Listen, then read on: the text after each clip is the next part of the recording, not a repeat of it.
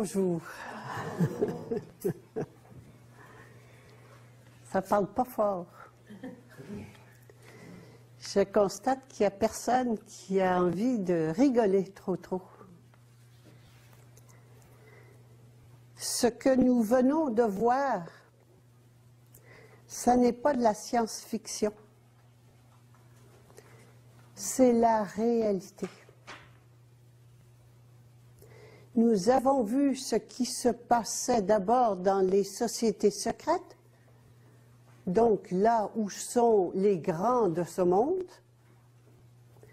Nous avons vu en deuxième lieu le commerce des esclaves humaines, de l'esclavage et le commerce de la chair humaine, des femmes. Et nous avons vu en troisième lieu comment ça se passe à la maison. Quelle est la différence entre les trois niveaux? Il n'y en a pas. Le premier niveau est plus riche que le deuxième, qui est plus riche que le troisième. Les grands de ce monde, qu'on appelle les grands de ce monde, et c'est-à-dire des gens que vous côtoyez tous les jours, vos chefs d'État, les juges, les politiciens, les ministres, les chefs d'entreprise, tout ce qui réussit dans l'échelle sociale, tous ces gens-là appartiennent à des sociétés secrètes. Arrêtez de les voir et quand vous appelez un juge honorable, votre honneur, ou bien un chef d'État, votre honneur, ou honorable, et des ministres, enfin, réalisez que ce ne sont rien d'autre que des gens comme vous, qui sont menés par le sexe, que l'on contrôle par le sexe, et que si jamais ils désobéissent aux ordres qu'ils reçoivent, on sort les photos, on sort les vidéos, et ils rentrent très vite dans l'ordre et obéissent. Les orgies des sociétés secrètes ont toujours existé. Souvenez-vous, dans l'ancien temps, c'était des orgies, on mangeait et après on faisait rentrer les putains. Et c'est la même chose partout. Alors, les orgies sexuelles dans toutes les sociétés secrètes sont connues. Il y a différentes sortes de sociétés secrètes, et je n'élaborerai pas longtemps là-dessus. Il y a les sociétés ultra-secrètes, les semi-secrètes et les discrètes. Dans toutes ces sociétés, quand vous commencez à monter, pas au petit niveau, quand vous commencez à monter, on vous oblige, ça fait partie de ce qu'on appelle l'initiation, on vous oblige à ces orgies sexuelles qui consistent également à tuer des enfants, la pédophilie, les tortures des enfants, de les tuer et de les manger. Qu'est-ce qu'ils ont? Ils ne sont pas plus malades que vous? On est toutes malades de la même chose? Souvenez-vous, rappelez-vous, regardez de quoi a l'air l'autel quand vous allez à l'église. Qu'est-ce que c'est que l'autel? C'est une table de sacrifice où le prêtre mange le pain et boit le vin. C'est le symbole des sacrifices qu'on a toujours fait pour attirer la bienveillance des esprits, quel que soit le nom qu'on donne aux esprits, c'est-à-dire quelqu'un de plus grand que moi et qui crée ma destinée et dont je dépends Je dois donc le garder bienveillant à mon endroit. Alors, je fais des sacrifices. Alors, il y a des sacrifices humains, il y a des sacrifices d'animaux. On fait brûler des lampions, c'est encore la même chose. On endure toute sa vie, on sacrifie sa vie pour ses enfants ou pour le bien-être de la race. C'est toujours la même chose. Ce sont des sacrifices. Quand on met en prison, qu'un juge met en prison quelqu'un pour pédophilie ou pour abus sexuels, je ne sais pas comment ils se sentent, mais ils font partie de sociétés secrètes où c'est la coutume. Quand vous voulez effacer tout soupçon de ce qu'on pourrait avoir sur vous, vous accusez les autres de le faire. Ce qui sous-entend que vous, évidemment, ne le faites pas. L'hypocrisie dans ce monde de pouvoir est indescriptible. Nous avons vu donc comment ça se passe, et ce sont les orgies des sociétés secrètes où, évidemment, se trouvent les plus belles femmes parce qu'ils sont riches. Et plus je suis riche, et c'est la seule différence entre les trois niveaux qu'on a vus, plus je suis riche, plus je peux me payer de belles femmes. Quand je suis un peu moins riche, je vais au bordel, et c'est ce qu'on a vu tout à l'heure, on va en reparler. Et quand je suis moins riche, ben j'en ai une à la maison que je tape selon mes besoins. Et si je suis un petit peu plus riche que les ouvriers, eh bien, j'ai une maîtresse pour le surplus, puis peut-être deux. C'est seulement une question d'argent, mais ça marche de la même façon partout. Le deuxième niveau que nous avons vu est le niveau du commerce. Ce que vous avez vu là, c'est vrai. Encore là, ça n'est pas de la science-fiction. Le premier film est un film qui est fait, qui a été réalisé. C'est un film sur le commerce que vous pourriez qualifier de science-fiction. Je ne sais pas ce qui est arrivé, mais le réalisateur ou producteur est mort en cours de film. Et je vous invite à voir ce film. Il n'y en a pas beaucoup comme ça, qui est très révélateur de comment ça marche dans les sociétés secrètes. Et ça s'appelle Les yeux grands fermés. Les yeux grands fermés, vous pouvez l'acheter n'importe où. Le deuxième niveau est un reportage sur le trafic. Le trafic sexuel. On achète des femmes et on les utilise.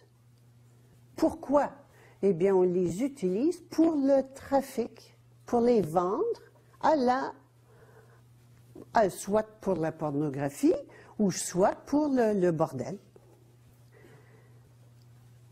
Comment cela peut-il se faire? C'est décrit dans le film. C'est extraordinaire. Tout ceci ne peut être possible que par la corruption à tous les niveaux des plus élevés qui le font en grand, les niveaux moindres, alors on parle des juges, des magistrats, des ministres, et c'est les ministres autorisant l'entrée, l'immigration, les visas pour les danseuses exotiques, et vous avez vu comment ça se passe. Que ce soit lui ou un autre, c'est pareil à tous les niveaux.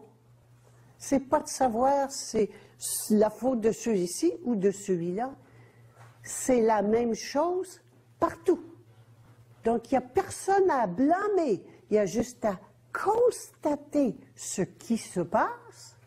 Et après ça, on va aller voir qu'est-ce qu'on fait avec ça. Donc, au niveau de la vente, ça en prend deux pour que ça marche le commerce.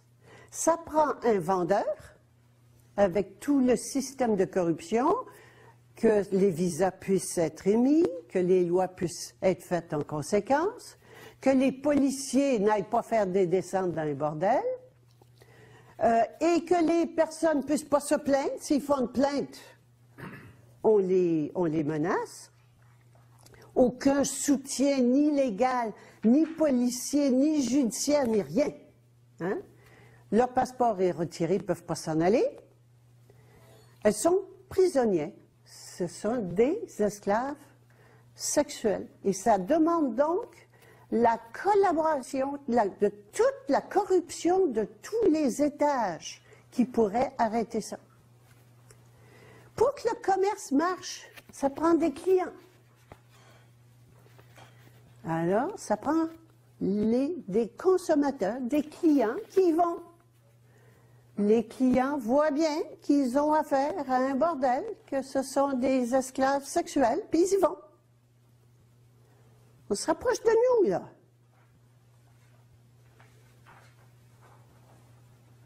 Et c'est possible à cause de nous toutes et de nous tous, à tous les niveaux. Le troisième niveau que nous avons vu, c'est le niveau de la famille. Les femmes, après avoir vécu les horreurs de la guerre qu'on a décrite tout à l'heure, voyaient que la guerre s'approchait de chez elles, elles ont dit, il faut qu'on trouve l'arme ultime. Et l'arme ultime, ça a été d'arrêter de baiser avec leur mari pendant une semaine. Si vous réalisez que cette arme-là est plus forte que toutes les armes, tous les fusils, tous les canons, vous allez commencer à comprendre où se trouve le vrai pouvoir. Qui a le vrai pouvoir? Et on pense toujours que le pouvoir est entre les mains des grands de ce monde qu'on a vu dans le premier niveau dans les sociétés secrètes. Mais il n'est pas là le pouvoir. Le pouvoir est entre les mains des personnes qui disent oui ou non. Allons faire maintenant un tour dans la famille. Comment ça se passe dans la famille? Nous avons la famille régulière, nous avons monsieur, nous avons madame et des enfants. Quelle est la fonction de monsieur? Ben, monsieur, c'est un petit garçon, puis un jour, il y a les hormones sexuelles qui sont éveillées. Et il a vu une autre jeune fille dont les hormones sexuelles venaient de s'éveiller aussi. Et il a dit, je t'aime. Il a pris ça pour de l'amour. Elle aussi. Ils sont mariés et ils ont eu des enfants. Qu'est-ce qui s'est passé en réalité? Eh bien, lui a connu l'éveil de sa sexualité. La sexualité mâle, qu'on appelle l'amour, c'est de monter toutes les femelles. Pas une, toutes les femelles. Et on va voir tout à l'heure d'où ça vient. Madame, ce qu'elle appelle l'amour, c'est d'être désirée pour avoir des bébés. Un point, c'est tout. Ce que nous appelons l'amour est un mensonge absolument énorme. Le véritable amour est ici, c'est l'amour. C'est la vibration la plus puissante, la vibration créatrice la plus puissante. Et tout ce qui s'appelle reproduction n'a rien à voir avec la création. C'est de la reproduction. Qu'est-ce que de la reproduction? C'est de reproduire une photocopie d'une photocopie d'une photocopie d'une photocopie. Alors je fais quand je fais un enfant, je fais une photocopie de moi, qui suit une photocopie de ma mère, qui suit une photocopie de ma grand-mère, et ainsi de suite. Nous faisons des photocopies, des reproductions, et nous appelons cela de la création. Par amour. Je t'aime ma chérie, il faut bien savoir que quand Goliath dit je t'aime ma chérie, il lui dit j'ai envie de te baiser. Et que elle, quand elle dit, Égoline, quand elle dit à Goliath je t'aime mon chéri, elle lui dit continue à travailler pour nourrir les enfants. C'est strictement un contrat qui n'est jamais dit, où monsieur fournit l'argent à madame et ses bébés, et madame fournit le sexe à monsieur. Les deux se prostituent, un vend son âme, il continue à faire un boulot qu'il déteste, à travailler comme un abruti pour apporter ce qu'il y a de mieux à sa famille, et elle continue de vendre son corps, son sexe, pour que monsieur continue à rentrer de l'argent. Voilà la réalité. Au début, tout est nouveau, 7e ciel, lui pense que c'est la femme de sa vie, et elle que c'est l'homme de sa vie. Les jours passent, des fois les mois passent, des fois les années passent, mais le 7e ciel descend. Lui, il la trouve plus belle, et elle a ses enfants, elle a plus envie de baiser avec lui. Qu'est-ce qui se passe? Et Goliath commence à regarder autour de lui. Discrètement, c'est tellement discret que ça ne va jamais très loin. Hein? C'est en général la secrétaire, la voisine, la femme de son meilleur ami, ça ne va jamais très loin. C'est discret. Et là, il rencontre une jolie femme, appétissante.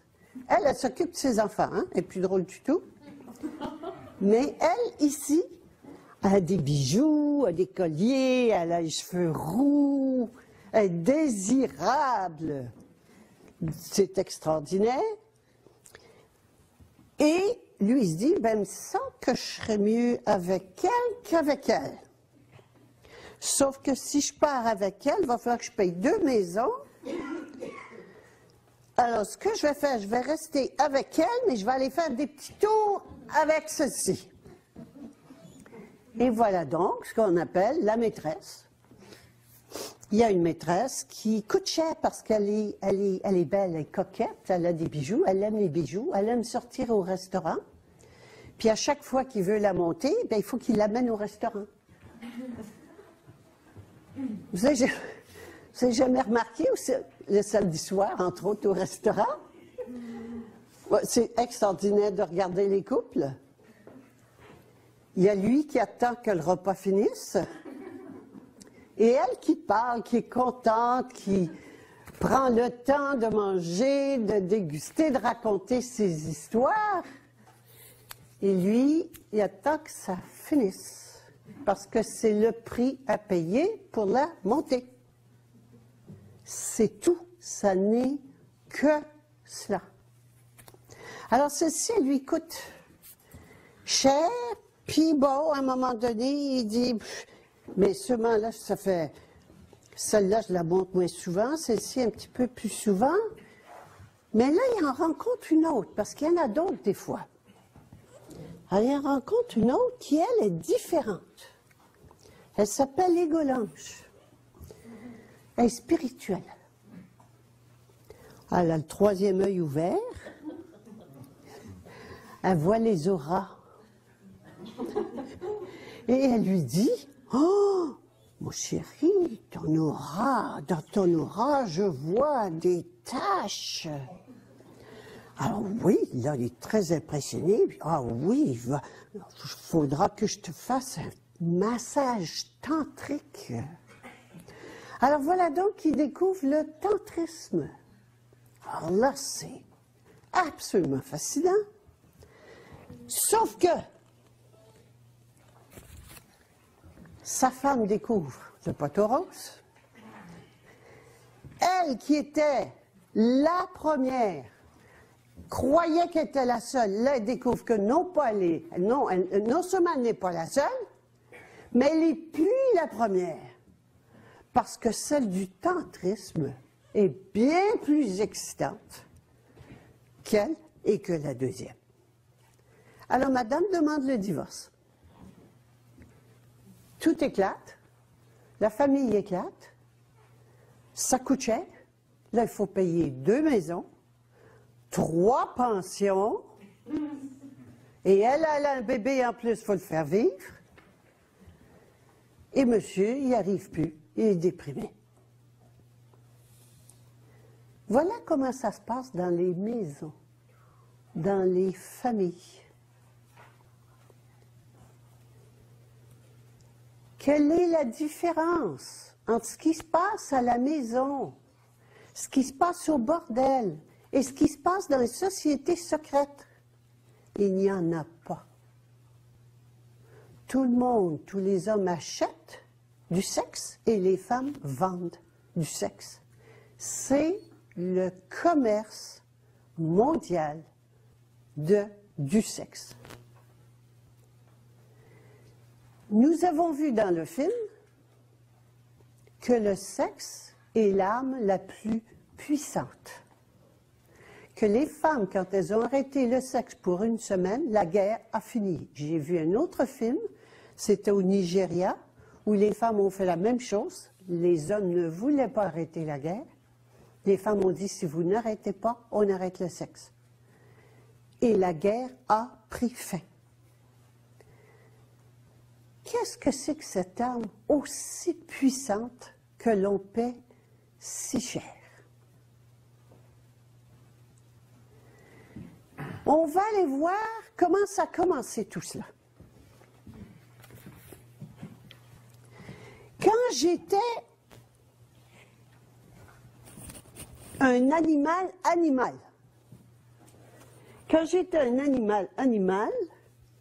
c'était le plus fort qui montait toutes les femelles.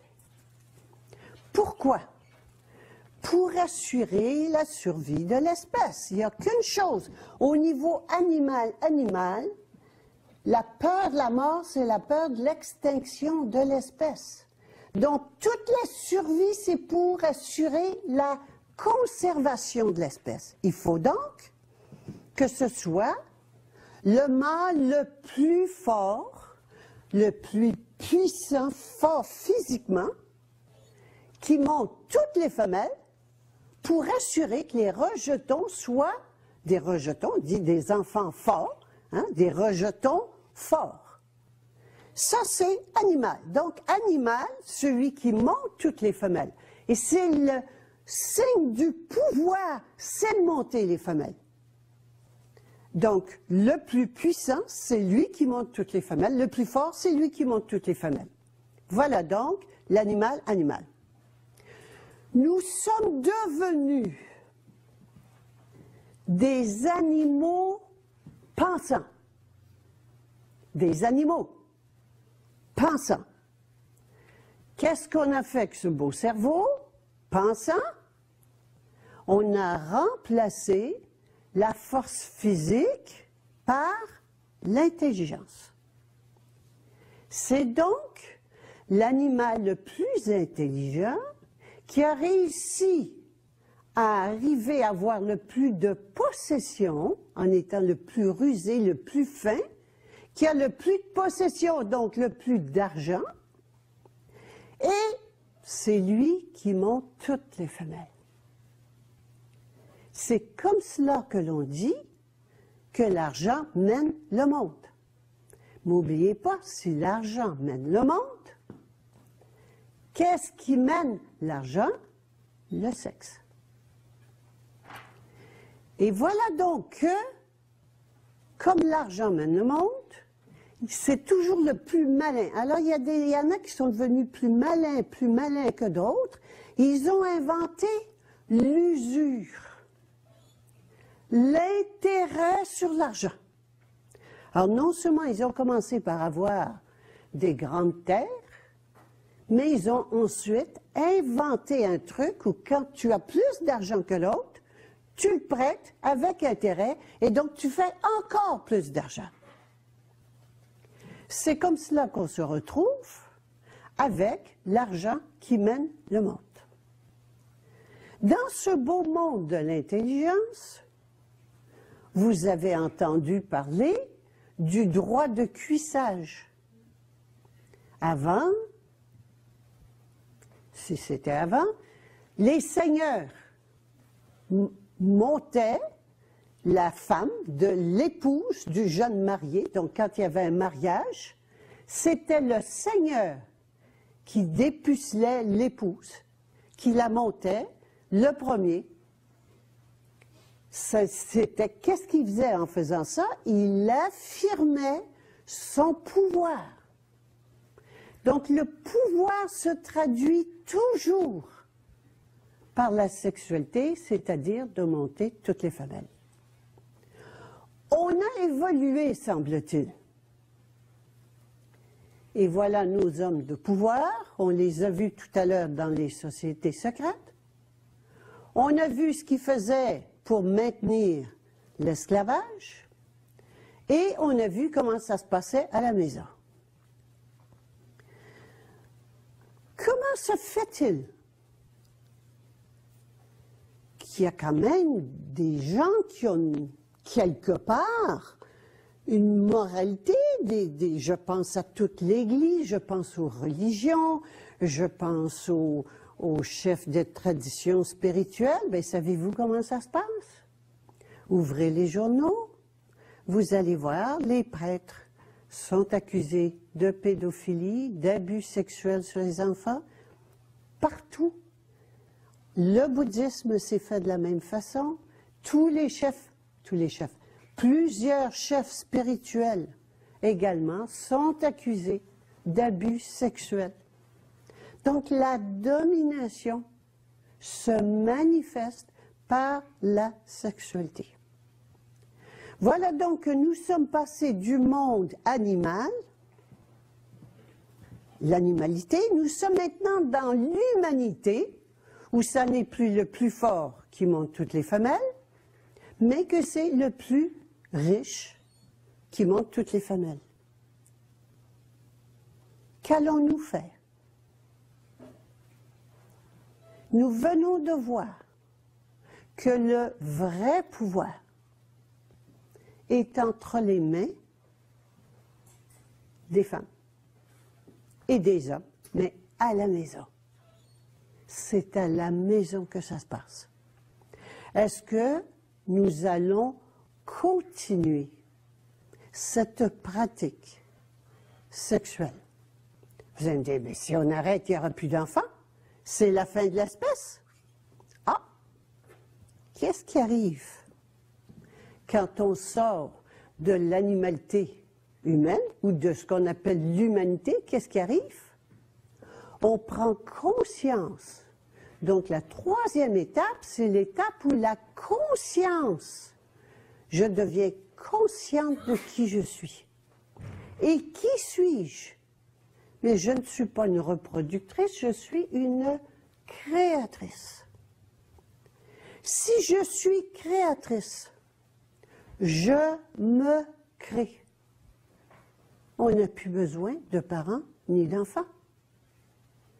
Si on se crée soi-même, nous sommes immortels, nous ne mourrons pas. Si nous ne mourrons pas, nous n'avons pas besoin de faire des bébés qui nous poussent dedans pour prendre la place, pour remplacer. C'est donc une conscience qui s'ouvre de qui nous sommes, des êtres immortels, créateurs. Donc la réalité, c'est que je me crée moi-même.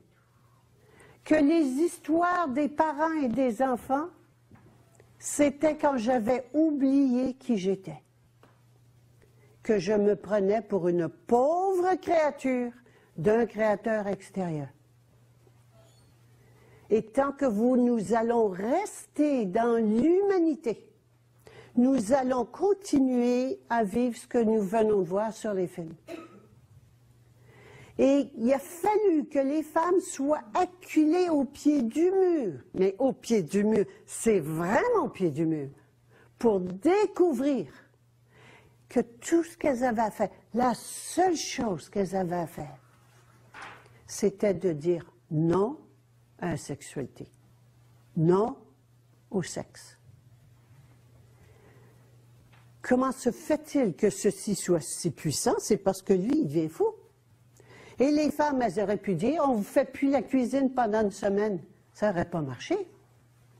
Elles ont bien compris que c'est le sexe qui mène le monde.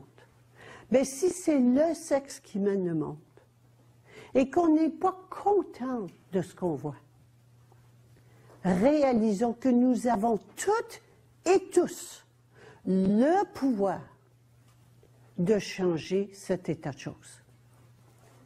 Qu'est-ce qui va arriver quand je vais être consciente de qui je suis et qu'il n'y aura plus de sexualité? S'il n'y a plus de sexualité, il n'y a plus besoin de pouvoir de monter toutes les femelles. Le pouvoir est à l'intérieur. Le pouvoir n'est plus à l'extérieur. Et revenons, souvenez-vous de mon gros singe tout-puissant. Le pouvoir du gros singe, c'est de monter toutes les femelles. C'est donc la sexualité. Eh bien, quand je réalise que le pouvoir est à l'intérieur, que c'est moi qui ai le pouvoir de dire oui ou non à la sexualité, c'est fini. Ça arrête. Et donc, ce système de pouvoir des uns sur les autres prend fin et nous allons connaître enfin la paix et l'ordre dans ce monde. Je sais que ceci peut vous sembler invraisemblable. C'est pas grave, il faut déjà que vous l'entendiez pour commencer à l'imaginer. Vous ne vous voyez pas arrêter la sexualité, ça, c'est la chose, entre autres pour les hommes, la chose la plus importante dans leur vie. Vous pouvez enlever à un homme n'importe quoi, mais tant qu'il y a sa baise, ça va aller. J'ai une amie l'autre jour qui disait, moi je cherche un locataire pour mon appartement, puis de préférence un homme plutôt qu'une femme. Puis elle me dit après, écoute, moi, les femmes, je trouve ça compliqué. D'abord, ça prend du temps dans la salle de bain. Deuxièmement, ça a des sauts d'humeur. Puis ça veut toujours parler, discuter. Les hommes, c'est pas compliqué. Ils sont toujours contents de ce que tu y sers à manger. Tu leur sers à manger, ils traînent pas dans la salle de bain. Ça collabore. J'ai dit oui, il y a une condition. Qu'ils aient leur sexe. Elle dit, j'y avais pas pensé. Ben, j'ai dit, pense-y, parce que c'est la condition fondamentale pour qu'ils soient gentils, polis, de bonne humeur, puis travaillants. Alors, ouvre-toi les yeux, c'est ça. Et messieurs, ouvrez-vous les yeux aussi, voyez ce que ça vous coûte, votre besoin sexuel. C'est un film qui m'a fait prendre conscience de ce qu'était la sexualité pour les hommes. Ça se dit pas, c'est caché, c'est tabou. Le monsieur, il va pas dire à madame, écoute, dépêche-toi de finir le repas, là, j'ai envie de baiser puis de te monter. Non, il faut qu'il fasse semblant que le repas est bon, qu'il a bien mangé, que c'est une bonne cuisinière, qu'il fasse des compliments, qu'il commence à faire des approches toutes douces. C'est pas ça qu'il veut. Il veut juste la monter, c'est fini. Elle, c'est pas ça qu'elle veut. Elle veut pas être montée. Elle, ce qu'elle veut, c'est avoir son bébé. Puis quand elle a ses bébés, elle se fout du bonhomme. Elle s'en fout. Elle le garde parce qu'elle a besoin de lui pour payer le loyer, la nourriture, faire les travaux à la maison, la protéger. Pourvoyeur, protecteur. C'est tout. Le reste, elle s'en fout du bonhomme. Ça ne tient pas. Voyez-vous que ce concept familial ne tient pas, n'a pas de sens. C'est impossible et ça finit par éclater. Ben oui, ça ne peut pas faire autrement. Et si ça éclate pas, comme disait ma mère, ma chérie, nous avons mis beaucoup d'eau dans notre vin. Oui, il ne reste plus beaucoup de vin, puis il reste beaucoup d'eau. Alors c'est quoi? C'est le compromis. J'accepte l'inacceptable. J'accepte de ne pas vivre qui je suis. Un être créateur, un être libre, un être qui a envie de faire autre chose, de quitter la job ennuyeuse. Et ça m'a amené beaucoup de compassion pour les hommes quand j'ai réalisé ça. C'était facile pour moi de comprendre ce que vivaient les femmes dans une relation de couple et une famille, parce que je connais, mais je ne savais pas ce que vivaient les hommes. Quand j'ai compris ça, ça m'a amené une grande compassion. Wow, qu'est-ce qu'ils vivent ces gars-là? Quel prix ils paient pour leurs besoins sexuels? Eh bien, je vous invite à réévaluer ce besoin sexuel. Et pour madame, ce n'est pas le besoin sexuel, c'est le besoin d'être désirée. Alors, qu'est-ce qu'elles font? C'est pas mieux, c'est pareil. Qu'est-ce que je fais pour être désirée? Je me teins les cheveux, je m'habille de façon sexy, je surveille mon poids, je me maquille, je porte des talons hauts. Vous avez vu les filles, les danseuses, elles n'avaient pas des talons plats, hein, puis avec des grosses bottines. C'était des talons hauts, c'est sexy. Je porte des vêtements sexy, décolletés, et je suis toujours à l'affût voir est-ce que les hommes vont me regarder. Ça ne veut pas dire que je vais y aller, mais je suis encore désirable. Ah, si ça descend un peu quelque part, là, je vais en chirurgie plastique.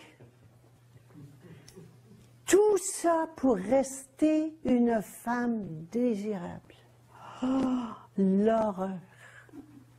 L'horreur. Avez-vous envie, hommes et femmes, de continuer à vivre cet enfer? Ça n'est que cela. C'est un enfer lamentable que nous créons à notre image et notre ressemblance. Vous allez dire, oui, mais, et voilà donc que le mouton s'exprime, ça ne s'arrête pas. Donc la première chose dont il est question en ce moment, c'est la fin de l'espèce, l'extinction de l'espèce. Je vous ai expliqué, ça n'est pas l'extinction de l'espèce. Nous sommes immortels et quand nous arrêtons de mourir, eh bien on n'a plus besoin de faire de bébés. Alors, arrêtez de faire des bébés. Numéro 1, c'est arrêter de faire des bébés. L'espèce ne va pas s'éteindre. Un bébé, c'est 20 ans d'esclavage. Il y en a qui me regardent et disent, c'est à condition qu'ils sortent de la maison pas trop tard. Sinon, ça finit plus. Ma tante Pauline me disait toujours, ma chérie, des enfants, c'est pour la vie. Tu es mère, quand tu es mère pour la vie. Je disais, pas moi, tante Pauline. Mes enfants sont grands, je suis plus une mère. Faut que ça arrête. Et les pourvoyeurs, les pères pourvoyeurs, les enfants sont grands, faut que ça arrête. Dehors, les enfants. Allez gagner votre subsistance. Arrêtez. Moi, je ne joue plus aux pourvoyeurs. Arrêtez. Le boulot, je vois tellement de gens continuer à faire un travail qu'ils détestent. Ils attendent la pension. Ou ils attendent que les enfants aient fini leurs études. Arrêtez ça, ils vont se faire abrutir dans l'école. De toute façon, ils vont à l'université pour se faire laver le cerveau avec tous les mensonges. Il n'y a rien de ça qui existe, il n'y a rien qui est vrai. Alors, arrêtez ça. Arrêtez ça et allez voir qui vous êtes. Commencez à vous comporter comme tel. Vous allez dire, oui, mais mes besoins sexuels. Mes besoins sexuels, pour les hommes et pour les femmes, mais surtout pour les hommes, le besoin sexuel qui est de monter la femelle, c'est de la domination. C'est sûr, c'est de la possession, c'est le territoire. Pour les hommes, la femme ou les femmes et les maîtresses, c'est le territoire et c'est extrêmement important. Un homme qui perd son territoire, c'est animal, hein, c'est somme animal, quand il perd son territoire, bien il fait, aussitôt qu'il rentre en phase de guérison, il fait un infarctus. Alors les infarctus, c'est pas parce que vous faites du cholestérol, c'est pas vrai, il n'y a rien de vrai là-dedans. C'est parce que votre femme est partie avec le voisin. Et c'est votre territoire qui se démolit. Alors arrêtez, je possède personne, je me possède. Et quand je fais le seul conflit de l'humanité, c'est la séparation entre moi et moi-même. Et quand je fais cette séparation de la créatrice et de la créature, puis j'ai pas besoin de posséder qui que ce soit. Je suis toute puissante. Je réalise qui je suis. La toute-puissance est ici. Je n'ai pas besoin de dominer les autres. La domination, c'est strictement animal. Quand mon gros mâle rencontre un autre mâle, ou un animal rencontre un autre animal, qu'est-ce qu'ils font? Qui va faire le plus peur à l'autre? C'est juste ça. Qui va dominer l'autre? Qu'est-ce qu'il y a en dessous de ça? La peur d'être dominé. Parce que celui qui est dominé va tomber en pathormonal. Il ne pourra plus, et pathormonal, c'est que les hormones tombent, les hormones mâles tombent, et qu'à ce moment-là, il ne peut plus monter toutes les femelles. C'est ça qu'on porte dans nos cellules. Ce sont ces mémoires animales qui nous mènent par le bout du nez, si on peut appeler ça comme ça, qui mènent notre vie complètement. Complètement. Eh bien, est-ce que je veux continuer ça?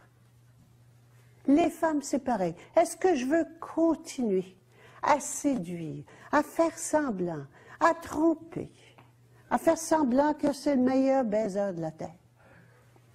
Voyons donc. Puis que ça me plaît. Puis que je suis sexy. Puis que quand j'ai 55 ans, hein, comme ça, là, puis quelqu'un me dit « Oh, t'es encore belle », ça veut dire montable. Je suis toute touchée. Waouh! Je suis toute touchée. Pourquoi? Parce que j'ai besoin de sentir que je suis désirée. Désirable. Et regardez, ça vole pas haut et ça mène notre vie à tout moment de notre existence. Est-ce que c'est possible d'arrêter la sexualité? Oui. Autrement que j'entends souvent, ben je peux pas arrêter, qu'est-ce que je fais? Oui, ça va arrêter avec le temps. Oui, mais est-ce que je vais attendre tout ce temps-là? Non. La première chose à faire, je pense, c'est décider, prendre conscience de ce que c'est que la sexualité. Que c'est ce qu'il y a de plus animal et dans les plus bas besoins animaux que nous ayons. La deuxième chose, est-ce que je veux continuer à rester dans le monde animal pensant? C'est une décision à prendre. Puis si c'est non, bien je vais commencer à voir la sexualité telle qu'elle est et non pas comme un besoin absolument obligatoire dont je ne peux pas me défaire. On a plein de besoins et qui sont tous des besoins animaux de survie. est-ce que je vais continuer à me faire mener par mes besoins? Et c'est tout. Or, nous sommes des êtres créateurs illimités. Est-ce que c'est besoins qui vont mener ou bien est-ce que c'est ma conscience qui va mener ma vie? Nous sommes en ce moment à un point crucial. Nous sommes dans une crise évolutive. Et vous allez avoir plusieurs occasions de grandir rapidement. Ce qui se passe en ce moment, ça n'est pas une crise économique, ça n'est pas une crise sanitaire, ça n'est pas une crise politique. C'est une crise évolutive où tous les systèmes sont en train de s'effondrer. Évolutive de quoi? Nous passons de l'humanité, nous étions dans l'animalité, nous sommes passés à l'humanité qui est l'animal pensant, et nous sommes en train de passer, c'est le passage que nous vivons en ce moment, nous sommes en train de passer à la diécité, c'est-à-dire un être humain conscient de qui il est. C'est donc l'époque de la conscience. Ça n'est plus l'intelligence qui va mener et qui va amener le plus gros mâle à monter toutes les femelles, mais c'est de réaliser que je n'ai pas besoin ni de dominer les autres, ni de monter les femelles, ni de rien de cela. Parce que l'autorité suprême est à l'intérieur de moi. Et de prendre conscience de qui je suis, bien évidemment, je n'ai plus besoin de rien de cela. Et plus la conscience monte, plus ces systèmes que nous avons créés, tous des systèmes hiérarchiques, avec les plus forts en haut, les plus riches en haut, puis les plus pauvres en bas, tous ces systèmes-là vont s'effondrer. Ils sont en train de le faire et nous allons nous retrouver avec ce qu'on cherche depuis et auquel on aspire depuis des années, l'égalité, l'équité, la vérité, la liberté, l'amour. Et le véritable amour, ça n'est pas ici, c'est sexuel. Ce qu'on appelle l'amour ici, c'est le sexe. Nous allons enfin connaître le véritable amour qui est intérieur, qui n'est pas extérieur, qui ne peut pas venir de quelqu'un d'autre, mais qui peut venir seulement de moi. Il va venir de moi, je vais l'expérimenter, je suis amour infini. Je vais l'expérimenter quand je vais arrêter de me comporter en animal intelligent. Je vais arrêter ici. Au revoir, à la prochaine.